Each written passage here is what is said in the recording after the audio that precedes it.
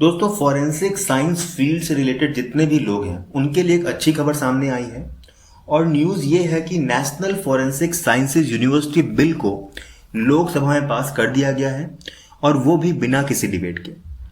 आपके नॉलेज के लिए बता दूं कि 23 मार्च 2020 को हमारे होम मिनिस्टर साहब अमित शाह जी ने इस बिल को लोकसभा में इंट्रोड्यूस किया था, and minister of state for the home G Kishan Reddy move the bill for consideration and passage.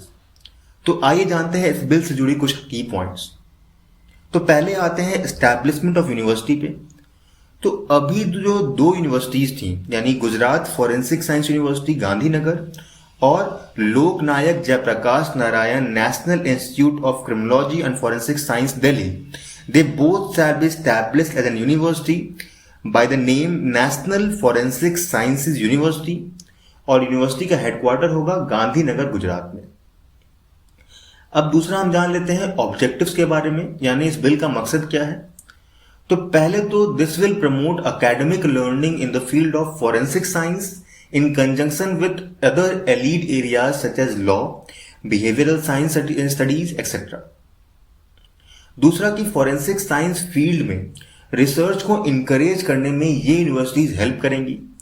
इसके अलावा ये नेशनल यूनिवर्सिटी सेंट्रल गवर्नमेंट को हेल्प करेगी नेशनल फॉरेंसिक डाटाबेस बनाने में और मेंटेन करने में for criminal investigation including DNA and fingerprints. अब आते हैं इस यूनिवर्सिटी के फंक्शन पे। So it will provide training and research on forensic science, applied behavioural science, law and criminology. Also it will prescribe courses, hold exams and grant degrees and other distinction। अब जान लेते हैं authorities के बारे में। तो national forensic science universities के head होंगे चांसलर, और इसके अलावा एक कोड बनाया जाएगा जो कि पॉलिसीज एंड प्रोग्राम्स को रिव्यू करेगा। इसके अलावा बोर्ड ऑफ गवर्नर्स नियुक्त किए जाएंगे who will be responsible for all administrative affairs of the university. अगर हम बात करें members of board of governors की, तो उसमें पहले होंगे वाइस चांसलर जो कि सेंट्रल गवर्नमेंट के द्वारा अपॉइंट किए जाएंगे। इसके अलावा एक फाइनेंशियल एडवाइजर होगा and 5 persons of eminence from the field such as forensic science and criminology. अब क्वेश्चन ये आता है कि इन यूनिवर्सिटीज को फंडिंग कहाँ से मिलेगी। So the amount which will be credited as a fund includes contributions by central और state government, grants, gifts and donations, income from fees of students, and amounts received from any other source. Also, these amounts will be invested based on the recommendations of finance committee.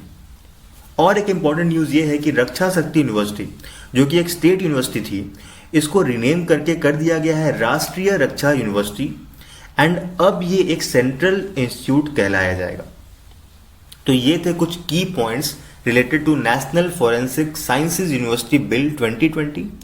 अगर आपको इस bill को और detail में जानना है तो मैंने डिस्क्रिप्शन में एक ओरिजिनल पीडीएफ की लिंक दे दी है, आप इसे डाउनलोड कर सकते हो।